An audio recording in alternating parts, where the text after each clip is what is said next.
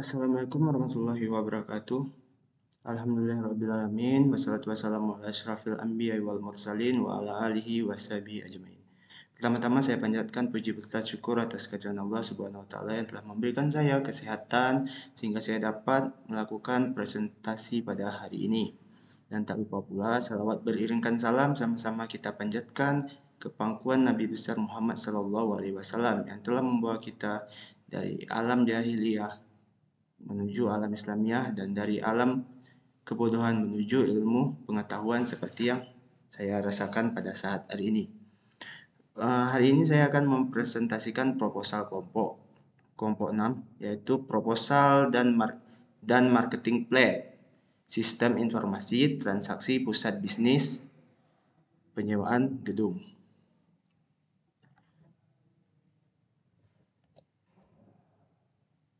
Nah, kelompok saya terdiri dari 4 orang, yaitu saya sendiri, Rahmat Rizky.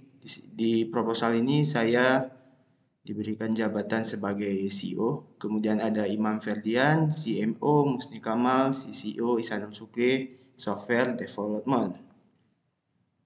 Nah, agenda yang akan saya bahas pada hari ini ada 8. Yang pertama, deskripsi perusahaan, kemudian analisis industri, model bisnis atau CMS, analisis pasar atau SWOT.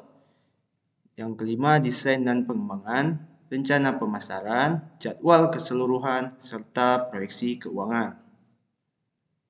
Yang pertama, deskripsi perusahaan. Nah, perusahaan saya beri nama Rimi Corporation. Rimi merupakan singkatan dari nama kami berempat, yaitu saya sendiri, Rahmat Rizky, Imam Ferdian, Musni Kamal, dan Isanul Sukri.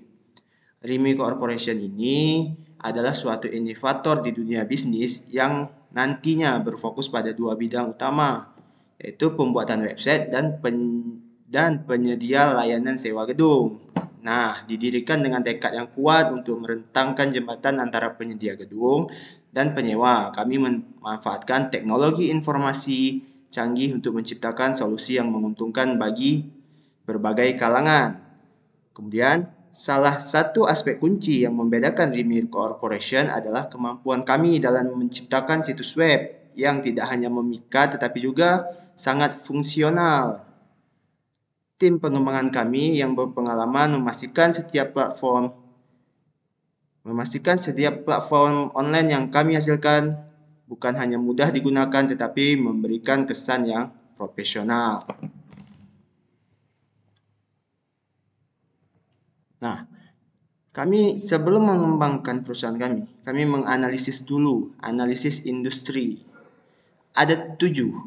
Yang pertama, pertumbuhan industri, kemudian persaingan pasar, tren konsumen, regulasi dan perizinan, teknologi dan inovasi ekonomi dan harga, serta faktor lingkungan.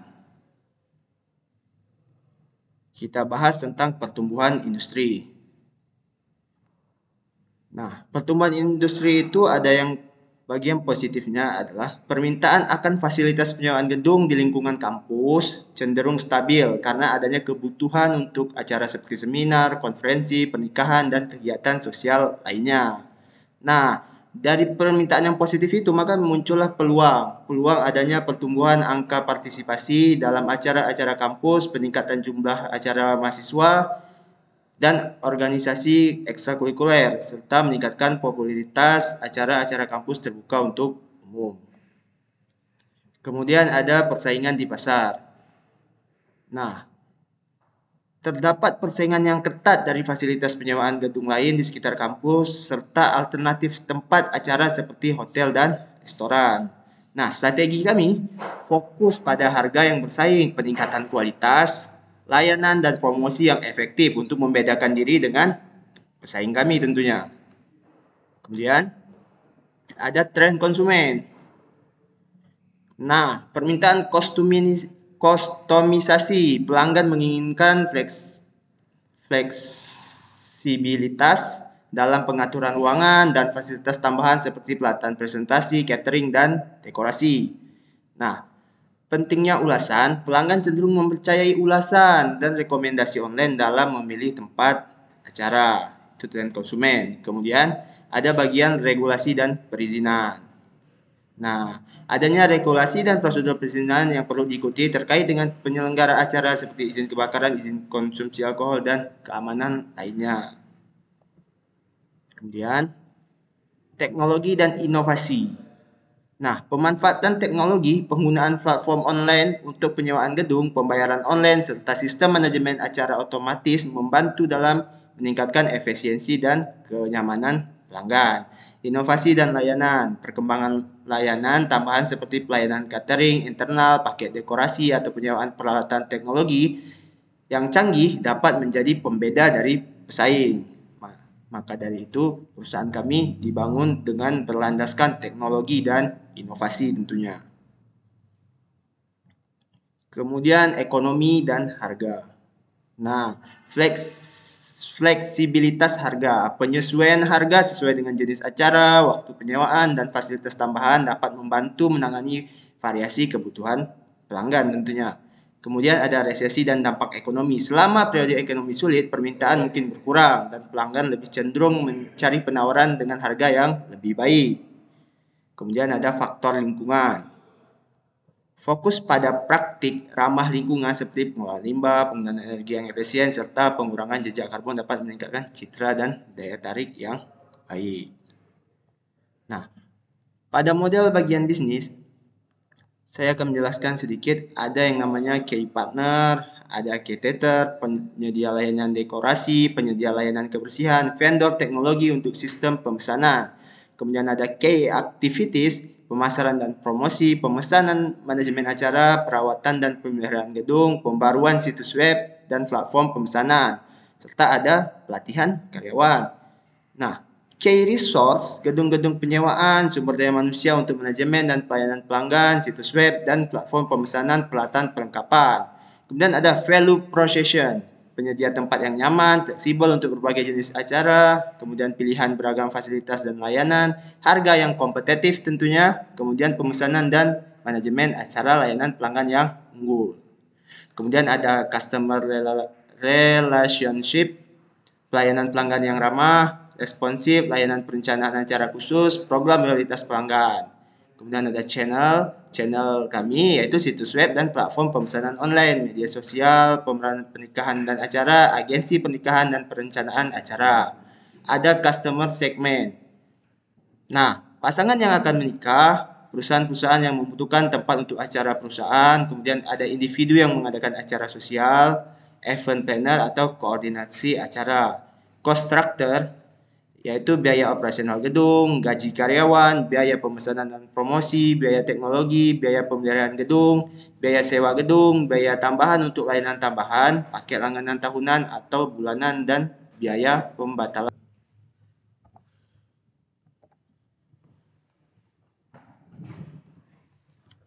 Kemudian yang keempat ada analisis pasar atau SWOT analysis. Poin yang pertama ada strike. Dia terbagi, yang pertama ada koleksi gedung-gedung yang beragam dan berkualitas. Yang kedua, harga yang kompetitif dibandingkan dengan pesaing.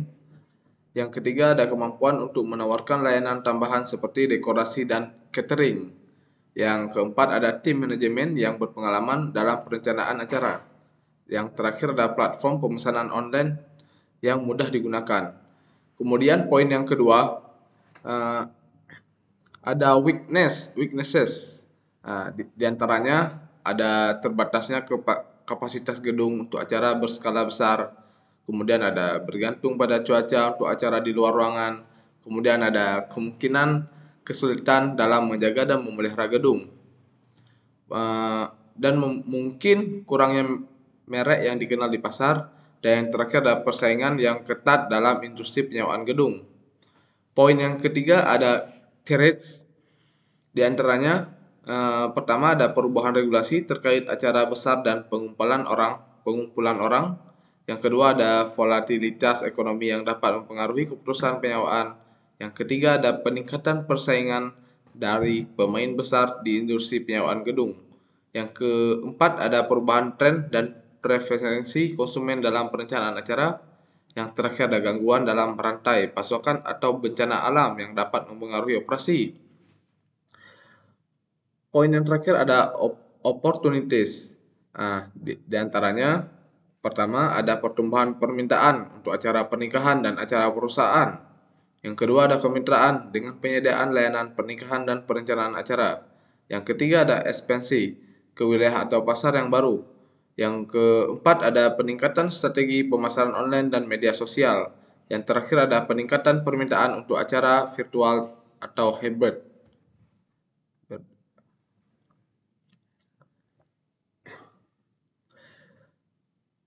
Poin yang kelima, desain dan pengembangan. Di sini ada beberapa tahap. Untuk tahap pertama ada tahap perencanaan. Tahap kedua, tahap desain.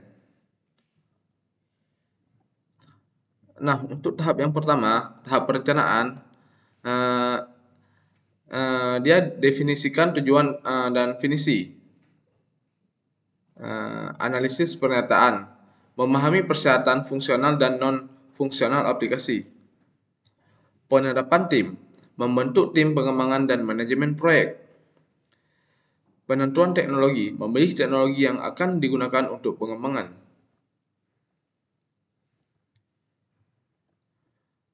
Nah, untuk tahap yang kedua, tahap desain. Desain antarmuka pengguna UI dan UX mendesain antarmuka pengguna yang intuitif dan menarik. Desain database merancang struktur database untuk menyimpan data pengguna, pesanan, dan pembayaran. Kemudian ada desain arsitektur, mengembangkan arsitektur aplikasi yang scalable dan aman. Kemudian ada desain keselamatan, merencanakan lapisan keamanan aplikasi untuk melindungi data pengguna dan transaksi.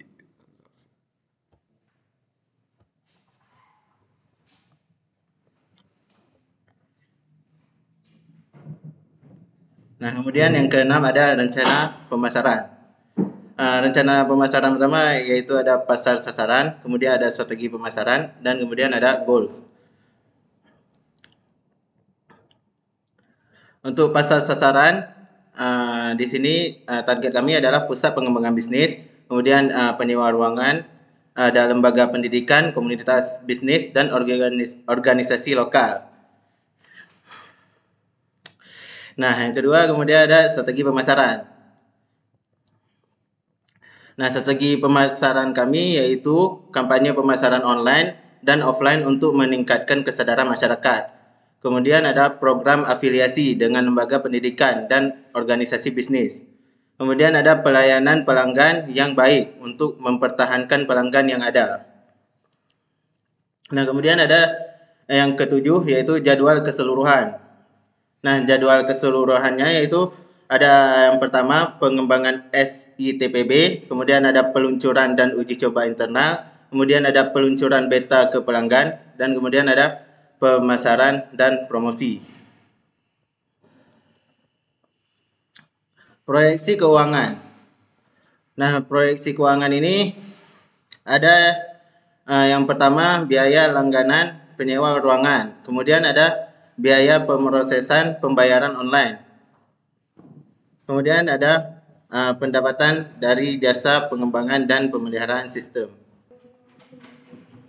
Nah, telah sampai di penghujung. Hanya ini presentasi kami. Kami ucapkan terima kasih. Semoga apa yang kami sampaikan dapat bermanfaat untuk kita semua dan dapat menambah ilmu untuk kita semua. Lebih dan kurang kami mohon maaf. Wabillahi taufiq wal hidayah. Wassalamualaikum warahmatullahi wabarakatuh.